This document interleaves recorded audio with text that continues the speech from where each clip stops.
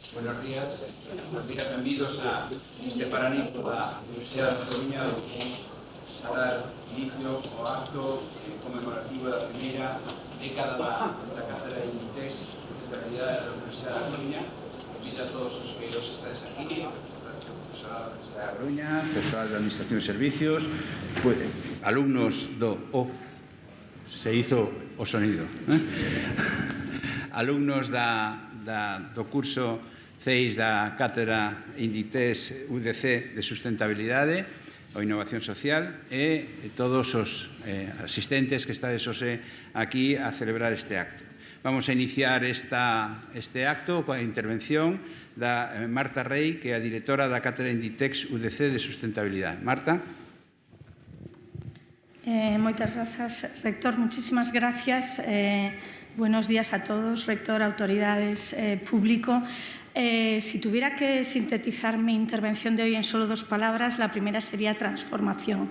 En este mismo Paraninfo, en junio de 2019, el profesor emérito de la Harvard Business School, James Austin, nos habló de cómo gestionar colaboraciones entre organizaciones de distintos sectores para que sean transformadoras para la sociedad.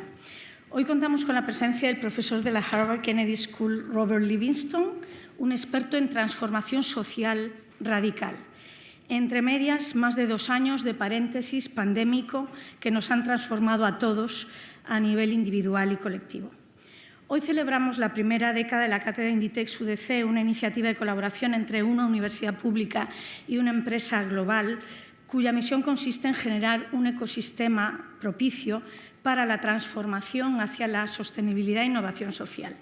Una transformación radical en el sentido del profesor Livingston, porque intentamos abordar la raíz de esos retos a través de la actividad humana más transformadora que existe, que es la educación.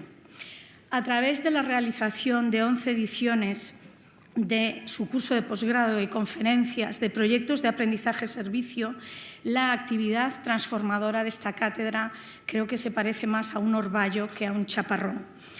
Poco a poco, muy poco a poco, ha ido tejiendo una red de inteligencia colectiva al servicio de la sociedad gracias al compromiso y al talento de sus más de 300 alumni. Todos los días, a través de ellos, nos llegan evidencias de ese impacto transformador que nos llenan de orgullo y que yo, al menos, nunca hubiera soñado cuando se me confió la tarea de ponerla en marcha. La segunda palabra clave de mi intervención de hoy es agradecimiento. Gracias, en primer lugar, a los alumnos que habéis confiado en la cátedra a la hora de ampliar vuestra formación y que sois la razón última de su existencia, especialmente a las 3 últimas promociones, por vuestra resiliencia en estos tiempos tan complicados. Agradecimiento a tantos alumni que seguís conectados con la cátedra, apoyándonos y apoyándoos mutuamente. Agradecimiento a INDITEX y a la UDC, pues encarnan un caso de éxito de colaboración universidad-empresa, igualmente cimentado en la confianza, que tiene apenas parangón en el contexto de la Universidad Pública Española por su alcance y duración. Han sido 11 años de implicación y compromiso de INDITEX a todos los niveles, mucho más allá de la generosidad con la que ha dotado la cátedra. Muchísimas gracias, Javier. Gracias, rector, por tu apoyo incondicional a la cátedra y a su misión, no solo a través de sus actividades, sino también apostando por la sostenibilidad, la igualdad y la diversidad en tantísimos ámbitos de trabajo de la UDC. Agradecimiento también muy especial a Antonio Abril, presidente del Consejo Social de la UDC, al que esta cátedra está adscrita, por su impulso institucional y su apoyo personal, que han sido claves para el proyecto. Agradecimiento a todos los profesores de la cátedra y de las entidades que confían año tras año en nosotros para el desarrollo de proyectos de aprendizaje-servicio en colaboración. Gracias, por supuesto, al extraordinario equipo humano de la cátedra y muy en especial a las antiguas alumnas responsables de su secretaría técnica, a Ana Felgueiras, a la profesora Noelia Salido y desde 2015 a la profesora Vanessa Mato, quien ha contado en esta edición con el apoyo de Violeta Bouzada, a punto de recoger su diploma. Gracias, Vanessa. Un verdadero lujo colaborar con todas vosotras. Gracias, en definitiva, a todos los que hacéis posible este logro colectivo.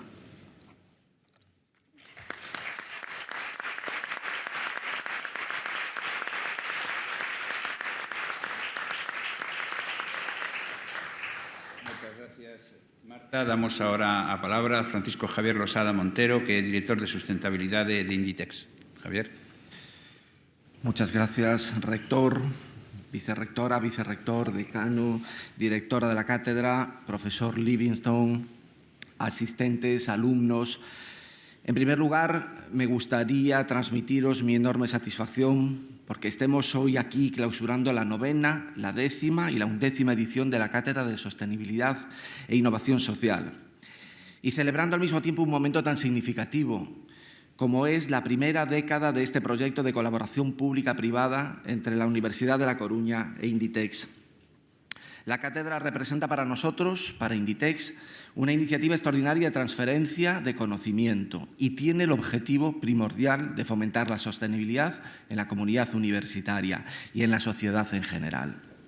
Esta iniciativa nació en 2010, como bien sabéis, como un espacio de reflexión comunitaria, formación académica e investigación aplicada a la sostenibilidad y a la innovación social de administraciones públicas, universidades, empresas y entidades no lucrativas. Tras 12 años de recorrido, 315 alumnos os habéis formado como expertos en sostenibilidad. 381 profesores han participado en actividades formativas a lo largo de estos años. Y 30 organizaciones han sido apoyadas a través de 64 proyectos de aprendizaje-servicio.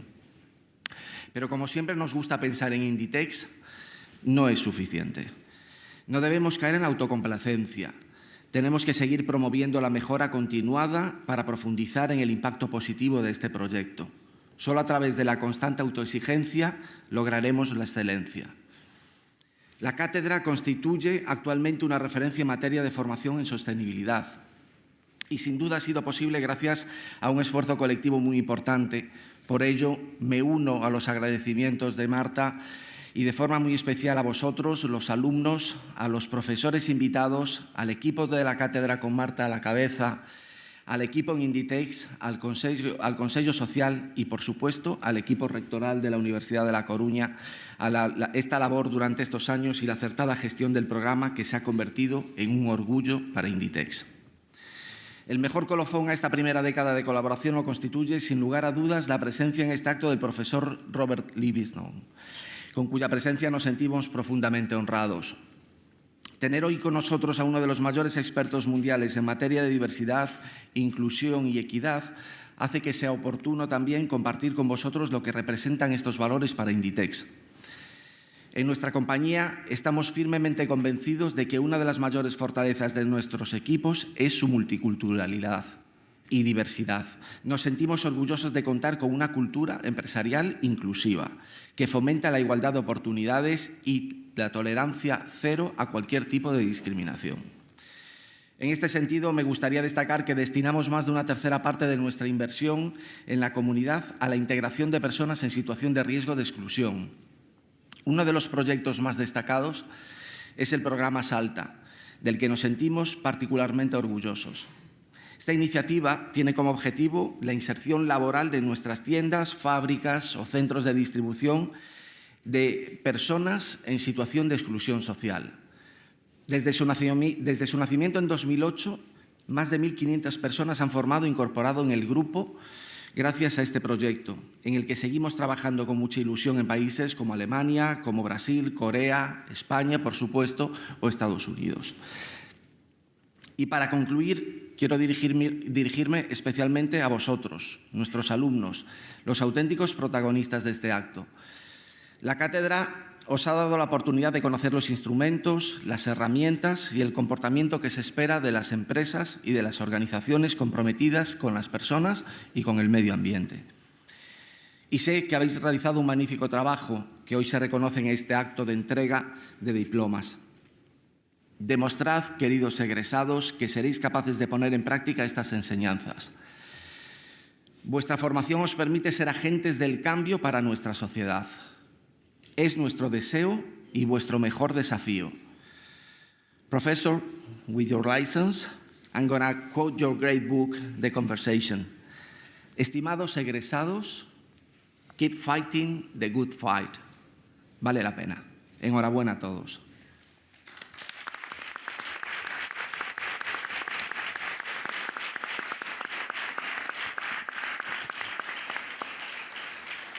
Moitas gracias. Vamos ahora a darlle a palabra de novo a Marta Rey para que faga unha pequena semblanza do noso conferenciante de hoxe. Muchísimas gracias, rector. Me sumo a las palabras de Javier. Es un verdadero honor contar hoy con la presencia del doctor Livingston para hablar de los beneficios y retos de la diversidad y de la educación inclusiva, temáticas que la cátedra ha intentado impulsar a través de la selección de alumnado y de los contenidos del CESIS y de su ciclo de conferencias. Robert Livingston es psicólogo social, experto en igualdad y discriminación en las organizaciones y cuenta con una trayectoria de enorme impacto como docente, investigador, consultor y divulgador. Como docente ha sido profesor en la Universidad de Sussex, donde fundó su Centro de Liderazgo, Ética y Diversidad, en la Kellogg School of Management de Northwestern University y en la Universidad de Wisconsin-Madison. Desde 2015 es profesor en la Harvard Kennedy School. Como investigador, sus publicaciones pueden leerse en revistas de impacto científico de primer nivel internacional como Journal of Personality and Social Psychology o Academy of Management Journal, entre otros. Entre los muchos honores académicos que ha recibido, destaca ser Fellow electo de la prestigiosa Society for Personality and Social Psychology. Como consultor, el profesor Livingston ayuda a organizaciones de todos los sectores en todo el mundo a resolver problemas reales de igualdad y diversidad, incluidas multinacionales de alcance global. Su artículo «Cómo promover la igualdad racial en el lugar de trabajo» fue distinguido con el Warren Bennis Prize al mejor artículo sobre liderazgo publicado en 2020 e incluido en la selección de trabajos más influyentes e innovadores de la Harvard Business Review del último siglo. Como divulgador, el profesor Livingston tiene una capacidad extraordinaria para reflejar ideas complejas de forma clara y accesible. Su trabajo se refleja habitualmente en medios como The New York Times, The Wall Street Journal o el Financial Times, o en podcasts como The Armchair Expert. En estos momentos prepara además su incursión en la intersección entre la ficción y el documental. Su reciente libro, The Conversation, está teniendo un impacto brutal en la conversación y en la lucha contra el racismo. Recomiendo su newsletter, que se llama Upcurrent, desde la que explora en términos muy prácticos qué implica avanzar hacia una sociedad más justa. Todo este impacto del trabajo del profesor Livingston es posible gracias a la combinación de rigor empírico, de calidad literaria y de pasión activista, con la que Robert aborda todos sus múltiples ámbitos de conocimiento y acción, desde la discriminación hasta la pesca o el cine. Tiene una mente analítica e inquisitiva, pero también una capacidad para abrirse a diferentes entornos culturales, dominar sus códigos, sus lenguas, es multilingüe, que afortunadamente le une a España de manera muy especial desde hace décadas y que se remonta a sus padres. Gracias, Robert. Dear Robert, I cannot imagine a better keynote speaker for today on a most relevant topic. Thanks so much for accepting the invitation. Thank you. The floor is yours. Okay, thank you.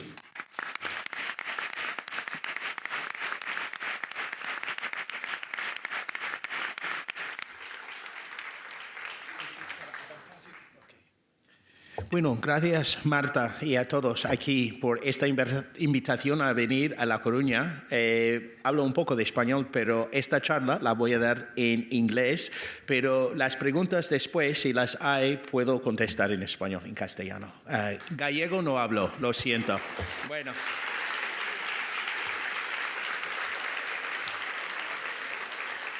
So the title of my talk is Understanding the Benefits and Challenges of Diversity.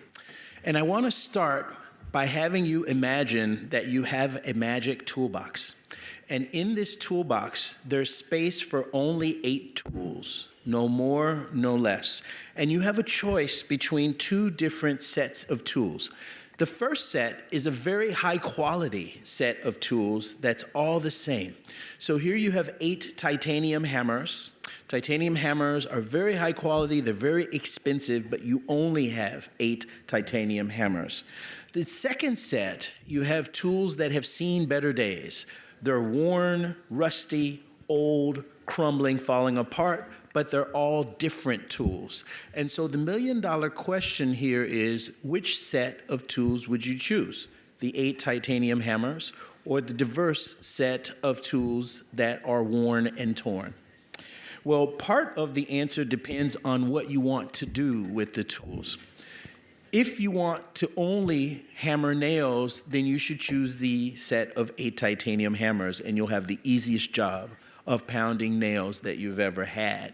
But if your job is more complex and you want to, say, build a house, for example, then you necessarily require a diverse set of tools. 8 hammers will only get you so far, no matter how good the hammers are. You need different tools for the different tasks that are required for building a home. That's a really clear illustration of the concept of superadditivity. This is from the book The Difference by Scott Page.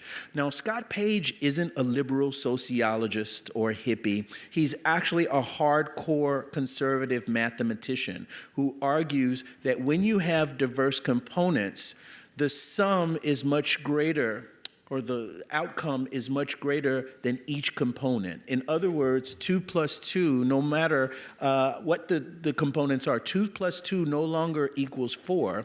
It equals 5 or 15 or 50 or in some cases 500. And the more complex the problem, the greater the benefit of superadditivity. He actually goes as far as to say, and he uses mathematical proofs because he's a mathematician, he actually goes so far as to say that diversity trumps ability. So if you have a choice between having diverse tools that are not very good versus homogeneous tools that are very good, you would be better off in an organization choosing diversity over ability or competence. It's a very powerful and strong and provocative statement, so I'm going to provide you with some data and evidence to back it up. Another book that talks about this is the book The Medici Effect by Franz Johansson. And in it, he argues that the Renaissance would not have occurred if the Medici family in Florence, Italy, only had parochial interests. In other words, they were not just interested in art. They were interested in art, physics, astronomy, biology, chemistry, and they invited the best thinkers in the world to come to Florence from all of these different disciplines, and these scholars talked to one another. And this cross-fertilization of communication and information created an explosion of knowledge that we call the Renaissance. This book argues that the Renaissance would not have occurred if you didn't have diverse people talking about things from different perspectives.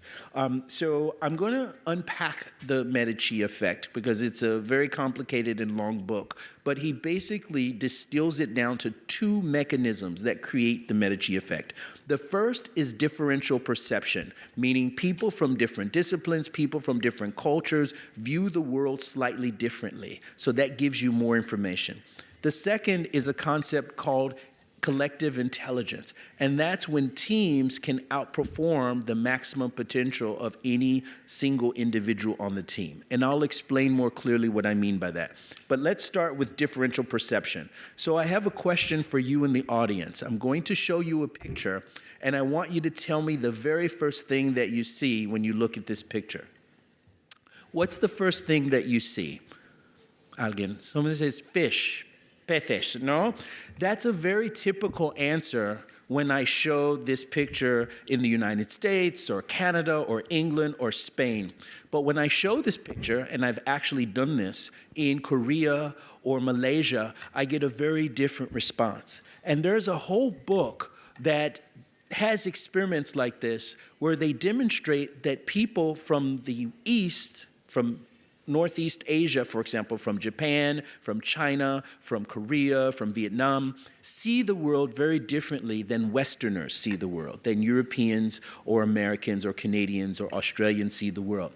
And it's a sort of complex story, but the simple version is that Easterners tend to focus more on the ground, what we call the background. So when I asked this question in Korea, most people said, I see water, or I see something green.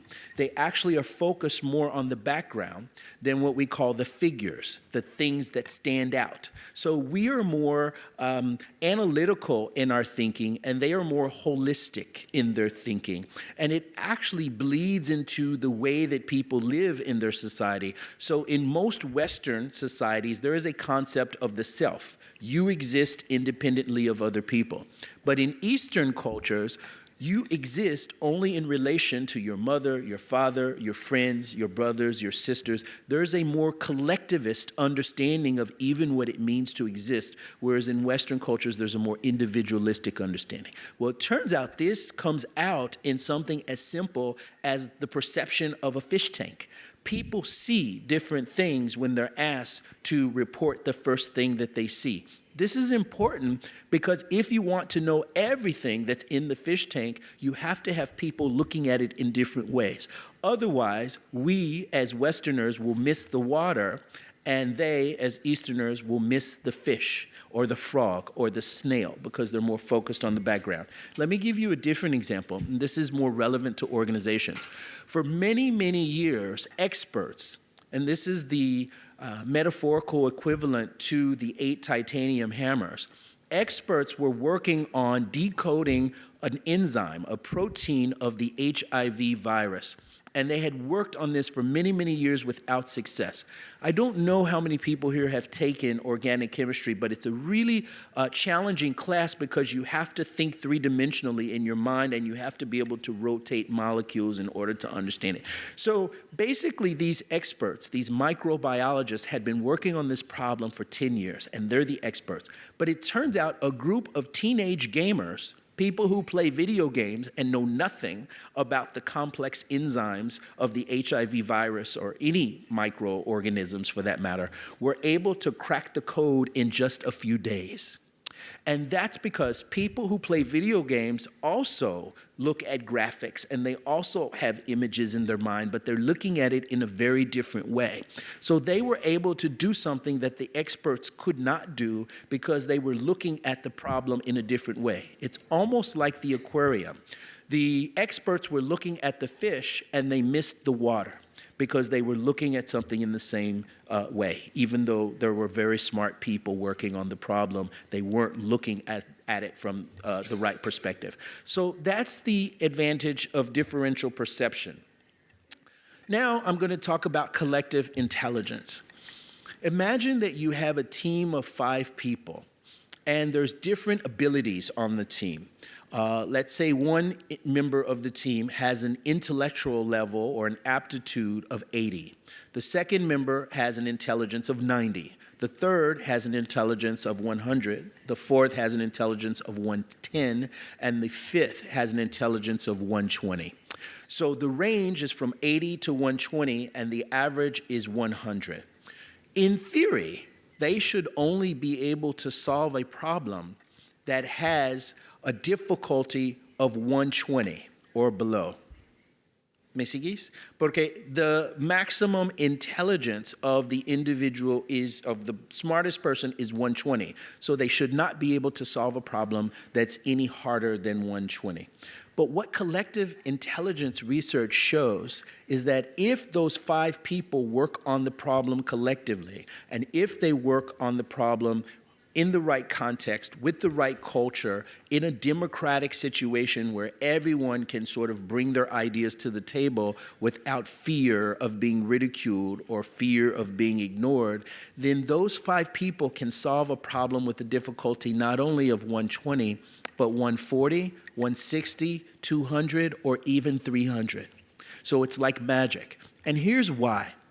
Those 5 people who come to the team have non-overlapping information.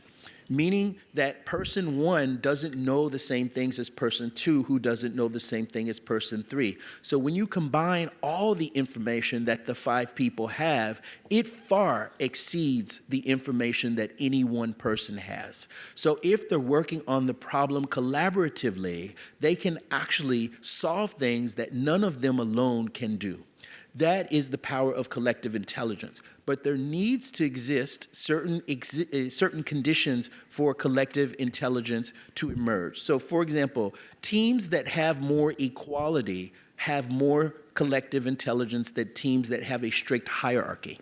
Because if there's a strict hierarchy, most people will remain silent and they will only listen to the leader. They will feel too afraid to talk. And that's a bad thing because they are not sharing information, unique information that they can bring to the table. It's also the case that gender diversity increases collective intelligence, that when there are more women on the team who presumably have a slightly different perspective on the world than men, which is what Anita Woolley argues, then there's greater collective intelligence. Having different racial compositions also increases collective intelligence, because research has shown that when there is a diverse individual in the group, that all of the similar individuals feel greater license and authority and freedom to disagree with one another. So if there's a team of 5 white men, they want to form a group, a fraternity. They want to all get along with each other so they don't disagree with each other. But if there's 3 white men, 1 white woman, and 1 black man, then those 3 white men are more willing to express disagreement with one another because the culture is different in the group and you are more likely to be yourself rather than trying to assimilate to the culture of the group. So I'm going to give you what I think is a really cool example of collective intelligence and information sharing, the power of diversity. In Harare, Zimbabwe, a group of developers were charged with a very, very difficult task. Now remember, diversity really only provides a benefit when there's a hard problem or when there's a difficult challenge. If it's something easy, like making widgets, you don't need diversity. In fact, you want everyone to make the widgets exactly the same. So you don't want to have, but if it's solving a problem like finding a cure for cancer, for example, then you need to have diverse perspectives because people are looking at the problem in many different ways. So this is a very difficult problem in Harare, Zimbabwe. So a group of developers had the task of constructing a building, and they only had a 1,000 square meter footprint of land, but they needed a building that was 6,000 square meters. So the only choice, the only option was to build up. They can't build out. This is what I call the Manhattan problem, which is why there are so many skyscrapers in New York, because there's no land on the little island. So a similar situation in Harare, Zimbabwe, but there's only one problem. In many African countries, there is a limit to the amount of electricity that you can get from the grid in order to power the building. And they were only granted enough electricity to run essential equipment, like computers, like the lights. They did not get enough electricity to run an air conditioner. So this is a problem, because now they have to construct a multi-story building with a lot of different levels that is in a part of the world that's hot and humid 12 months a year. So how do you do this in a way that doesn't convert the top floors into a crock pot, a pressure cooker, a rotisserie, where people go in fresh at the beginning of the day and they come out hot, sweaty, and crispy like a rotisserie chicken, right? So that is the challenge. Now, one might argue that the best way to solve this challenge is to bring together 12 of the world's best architects and have them talk about it. But that's not what they did here. They had 2 architects, they had a marine biologist, they had an entomologist, which is someone who studies insects, they had a legal scholar, they had a stay-at-home mom who didn't work, and they put all of these people in the room and they said, talk about this problem. Now, you can imagine for the first few minutes, it was chaos, pandemonium, and conflict. The architects are asking, Is this a joke? What is the marine biologist doing here? Are we studying dolphins? I don't understand. And the developer said, just talk. And after a few minutes of talking, it was one of the least likely suspects that actually came up with the solution. It was the insect scientist, the entomologist, that actually realized that this is a problem that's similar to the problem that termites have. Termites are little ant-like creatures that build mounds, that are huge mounds. So they're very small insects, but they build skyscrapers on the African savanna. What's interesting is that termites have to maintain a certain internal temperature in the mounds in order to grow the fungus that they feed to their larvae. So they have nature's original air conditioning. They build a series of holes and tunnels and wet mud, and they do lots of things to create a situation where the inside of the termite mound never exceeds 17 degrees Celsius, even if the outside of the mound is 35 degrees Celsius. So what they did to solve this problem was incorporate termite technology. And that's why this building looks the way that it did, because it is modeled on a termite mound. Now, the moral of this story is you probably never would have gotten to that solution if you'd only had a room full of architects, no matter how good the architects are. So, those are the benefits of diversity. Now I'm going to talk about the challenges of diversity and the various barriers. I wish I had several hours with you, because I could talk about racism, I could talk about sexism, I could talk about homophobia, I could talk about ageism, lots of different things. But given the amount of time that we have and given my specific area of expertise, I'm going to focus for the next few minutes on racism in organizations. So the question is, how does racism show up in organizations? Well, there's lots of different ways that you can investigate whether racism exists and in what ways it manifests itself in organization. One typical methodology is called an audit study. And in this, they send out resumes or CVs to thousands of different organizations. Every bit of information on the resume is identical. So the candidates went to the same schools, they earned the same grades, they have the same number of years of work experience. Everything is the same except for the name of the person who is applying. In half of the cases, they give the person a black-sounding name. So in the United States, sometimes, but not always, you can tell the race of someone by their name. So if their name is Juan Hernandez, they may be Latino. If their name is Lakeisha Washington, then they're probably black. If their name is Emily Walsh, then they're probably white. So they vary the names of the individuals, and what they wanted to know is, will some resumes get more invitations for an interview, a job interview, than other resumes? And they shouldn't. Why? Because they're exactly the same. The qualifications are identical. So if there is a difference, then it must be due to some sort of racial bias. So that is the experiment. And what they found is that there is a difference.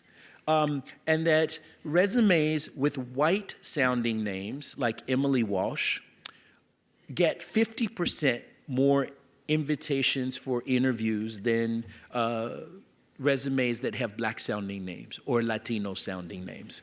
And it turns out this isn't just in the United States. They've done similar studies in France using Islamic-sounding names like Mohammed, Alam, or French-sounding names like François Mitterrand. Or if it's in England, they'll use a name like Adam Hinton or a name like Khalid Mombasa.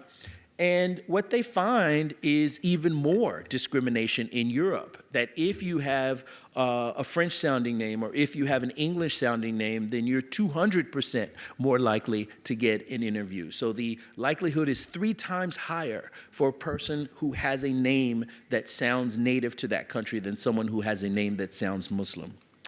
What's really interesting is that people of color are well aware of this bias, and they're well aware of the disadvantages that they face on the job market, and so they cope accordingly. So what one study has found, and this study is from Canada, is that Asian Canadians so Canadians of Chinese origin or Black Canadians tend to change their names when it comes time to apply for a job. So if your name is Lakeisha Ann Washington, when it comes time to apply for a job, you will omit Lakeisha from your resume. Even if everyone calls you Lakeisha, even if your mother, your friends call you Lakeisha, you will drop that name and you will call yourself Ann Washington or Ann Washington. And that's how you will send out your resume in an effort to hide the fact that you are Black, in an effort to avoid discrimination. If you're Chinese and your name is Jian Li, you might change your name to Susan Wilson. And there are many Chinese people in the United States who change their names so that they don't sound Chinese. If your name is Robert Livingston, like mine, which is not ethnically identifiable, it can be a white name, it can be a Black name, what I might do is omit the fact that in college I was a member of the Black student fraternity. So it's a combination of hiding your name or hiding any sort of aspect of your life that reveals your ethnicity. What this study showed is that 33% of Black professionals and 40% of Asian professionals admit to doing this. So they're hiding really key and central components of their identity when it comes time to apply for a job because they really want the job and they think that their ethnicity will prevent them from getting the job. So the second part of the study wanted to investigate whether the ethnicity actually kept them from getting a job. Especially for companies, because there are many companies in the United States and Canada that put ads that say, we really, really want people of color. We want diversity. We're dying to have more Chinese people and more Black people. Please, please apply for our job. So what they did was send whitened or unwhitened resumes. So Lakeisha's name was either Lakeisha A. Washington or it was Ann Washington, but everything else was the same. But in the Lakeisha case, it's unwhitened. In the Ann case, it's whitened. They sent those resumes off to 1,600 different jobs. What's interesting is that 800 of the jobs contained explicit pro-diversity language. In other words, the company that made the job advertisement said, we really, really want people of color. We are looking for more Asian people. We are looking for more Black people because our organization is all white and we're liberal and we're good people and we are egalitarian. So please apply for our job if you are a person from a different ethnicity. 800 of the jobs said nothing about ethnicity. So they didn't say we don't want ethnicity, but they didn't say we do. What they said was something like, we are a large company looking for an electrical engineer. We encourage all qualified engineers to solicit an application for our position. But they said nothing about diversity. What the results show is that if you're Asian in Canada, if you're Chinese, and you whiten your resume, it almost doubles the likelihood that you will get a job interview. It increases the likelihood by 90%. If you're Black in Canada and you whiten your resume, it more than doubles the likelihood that you'll get called back for an interview. It increases it by 150%. But what's truly shocking about this study is that the effect was exactly the same for the companies that said they wanted diverse applicants as the companies that didn't say anything about diversity. So the companies that said on paper that they really wanted diversity discriminated as much as the companies that didn't say anything. So my next question, and this is the subject of my Harvard Business Review article, is how do we solve this problem? And in the interest of time, I won't take you through my entire model. But it really involves 5 steps. The very first step is being aware that there's a problem, right? So this is called the PRESS model. PRESS, which is an acronym for P-R-E-S-S. The very first step, P, is problem awareness. You have to know that there is a problem. Sometimes people don't know that there's a problem. For example, you could be ill. You could have cancer and not know that you have cancer. And if you don't know, then that's a problem because you won't seek treatment. Sometimes people do know when they're sick because they have a fever or they have a severe headache or they have nausea. The doctor's job is to then diagnose the root cause. They want to understand what's causing your fever. Why? Because fever can be caused by lots of different things. They want to understand what's causing your headache. The same thing. Headaches can be caused by lots of different things. They can be caused by stress and anxiety. They can be caused by dehydration. They can be caused by coronavirus. They can be caused by a brain tumor. And it's important to know the root cause because that will tell you the best course of treatment. Because treating a headache that's caused by dehydration is a very different set of treatments than treating a headache that's caused by a brain tumor, than treating a headache that's caused by stress and anxiety. So that's root cause analysis. But once you know there's a problem and you understand where it comes from, the next question is, do you care? Is there sufficient motivation to want to do something about it? And then, of course, there's the question of, do you know what to do, and are you willing to do it? But I'm going to focus right now on empathy and whether you actually care enough to do something about it. And the question is, does everyone have empathy? And if you ask most people this, they say yes, except for 1% of people who are psychopaths. But the answer is no. There's lots of people who don't have empathy. So the research has shown that there are 3 basic types of people. What we call dolphins. These are people who care about other people in the community. They're friendly. They're pro-social. They care about justice. Then we have ostriches. Ostriches are people who are indifferent. They just want to bury their heads in the sand and say, don't tell me anything. Like, I don't want to know one way or another, right? And then we have sharks. Sharks actually are attentive to other people, but only so that they can dominate them, only so that they can oppress them. So sharks are looking to see if there are tuna, for example, so they can eat them. Ostriches don't care who's around. They are really concerned about their own self-interest. And dolphins care about other people. So I'll show you how we actually measure this in the laboratory.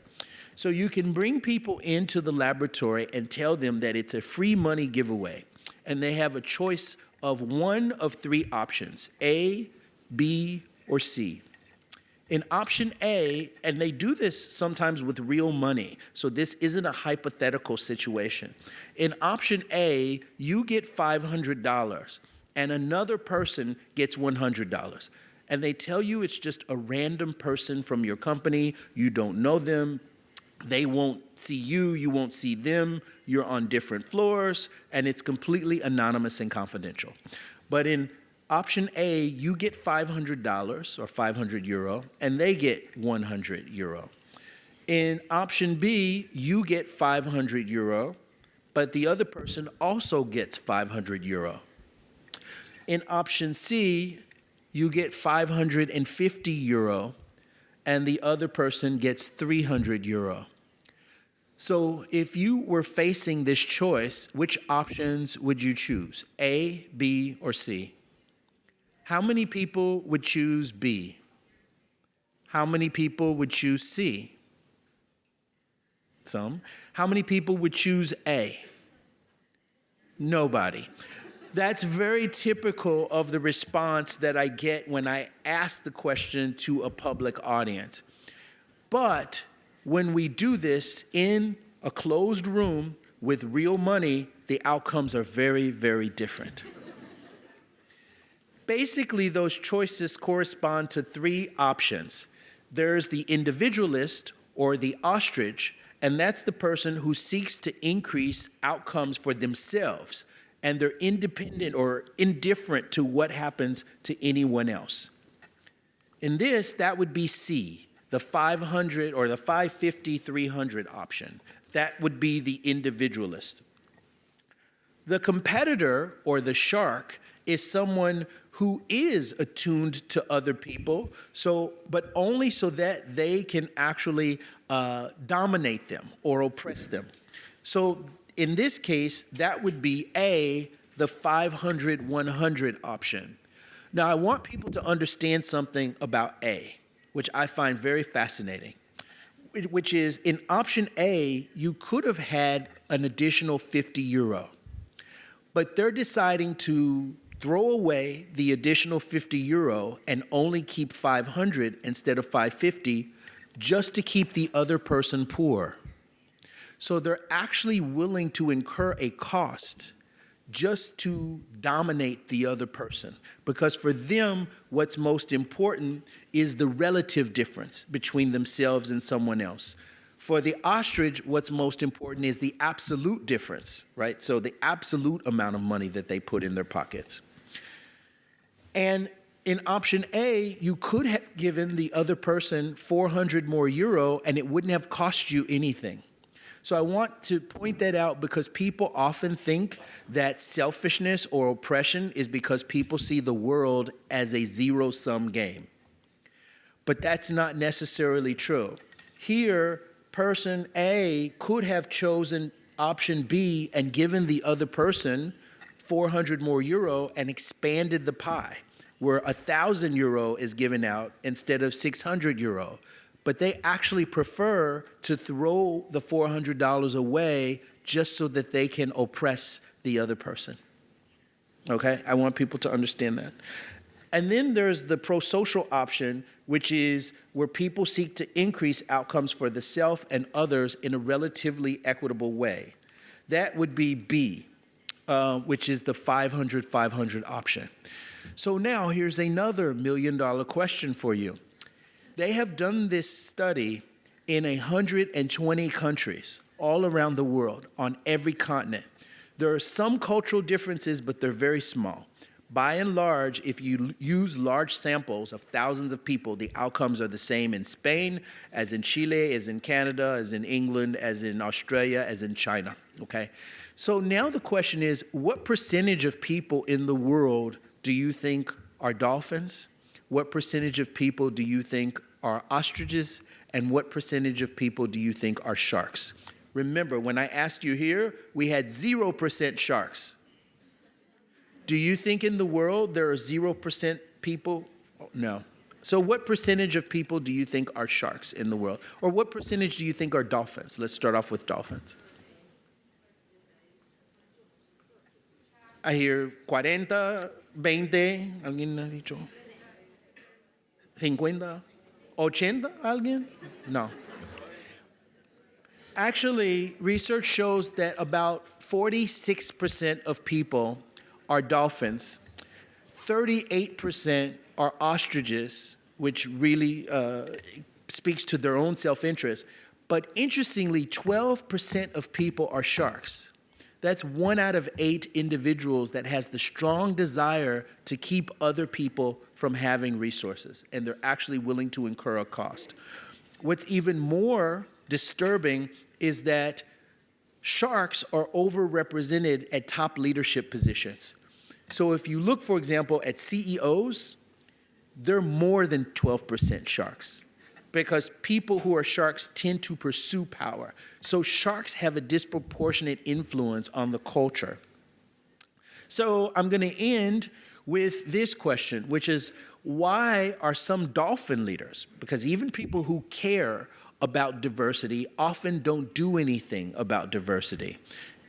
It's similar to the experiment that I showed you where companies said that they wanted Asian and Black applicants, but when the applications appeared, they didn't call them back for an interview.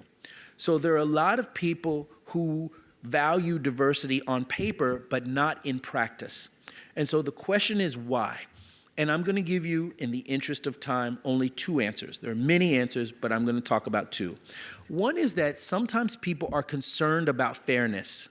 They think if they adopt diversity policies that it's really discrimination against white people. And that is a lot of the theories that we're hearing, for example, the gran reemplazo. It's the idea that giving opportunities to one group of people amounts to discrimination against another group of people. That basically it's unfair to have diversity policies. The second concern is that you have a choice between high quality and high diversity, similar to the hammers that I gave you in the beginning. So either you choose the high quality set of tools or the diverse set of tools, but there's the assumption that the diverse individuals are not as good. So I'm going to challenge both of those assumptions, starting with fairness. So which of these scenes do you think is more fair? A, the one on the left, or B, the one on the right? Most people say, 95% of people say that they think B is more fair. I'm now going to explain to you the difference between igualdad y equidad, right? And people confuse those two terms, but there is a difference between equality and equity. Equality is treating everyone the same. Equity is treating people differently, but in a way that makes sense. So let me give you an example. And this ejemplo lo voy a dar en español y luego vuelvo a inglés. Imaginaros que hay 4 personas que salen a cenar y las personas piden cosas diferentes de la carta, ¿no? Unas personas piden centollo, otros pollo, ¿no? Y llega al final la cuenta y la cuenta es 200 euros y hay 4 personas. ¿Cuál es la manera más justa de dividir la cuenta?